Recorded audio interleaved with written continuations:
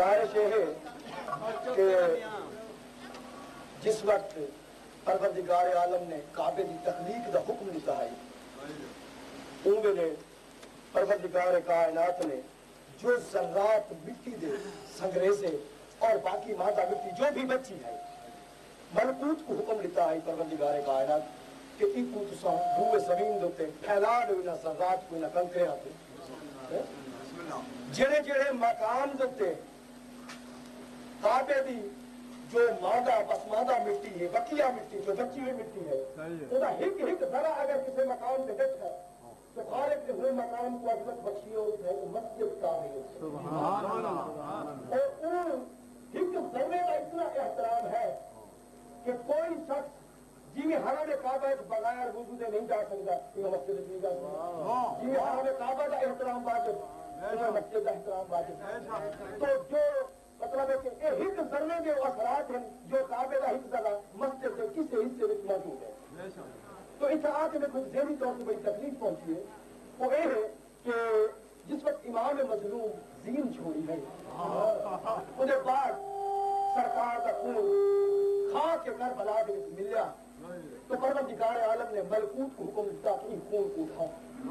और इनके ज़र्रात को रूए ज़मीन पे फैला दो जितना जितना वो खून का कोई कतरा के लिहाज था इमाम बारगाह था और एक काबे ने एक जर्रे का नहीं इतना एहतराम है कि उनके अंदर जुत्तियां सही पा सकते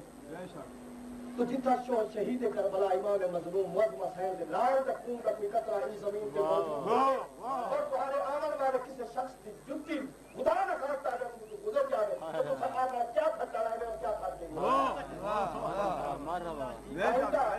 ये सारे आमल का बाकी तो सारा नजर नहीं आ कि कोई खेल नहीं तू सारे सिर्फ साथ यो हिदिया ने सोचा हिक तक था शहनशाह इमाम मजलूम थे इंतकाम की दुआ करे तो कि मजलूमीन दा जो मालिक है वो जल्दी तशरीफ के लाए और इन्हें मजलूमीन दा शुहदा करबला का 1300 साल के किसी इंतकाम नहीं किया और किसी को अफसोस भी नहीं किया और अजीब कहानी है कि 1300 साल तक उन्हें लोगों को जो मारने वाले हो तक गिरा सके मुसलमान गिरा सके जो हमारी मेहरबानी है तुम असर मुका कर सके वरना असर मुका कर रखने वास्ते बल भी तैयार रहा है तो गुजारिश ये है कि सारे आमदा और मकसद ये है कि कुछ तो असम तुम्हारे को घेर के जाऊं और वो दौलत नहीं है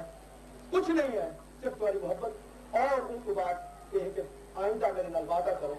कि ईमान बारगाह के अंदर कोई शख्स जुत्ती पा के ना इंशाअल्लाह मुकम्मल कंट्रोल वास्ते दुआ करो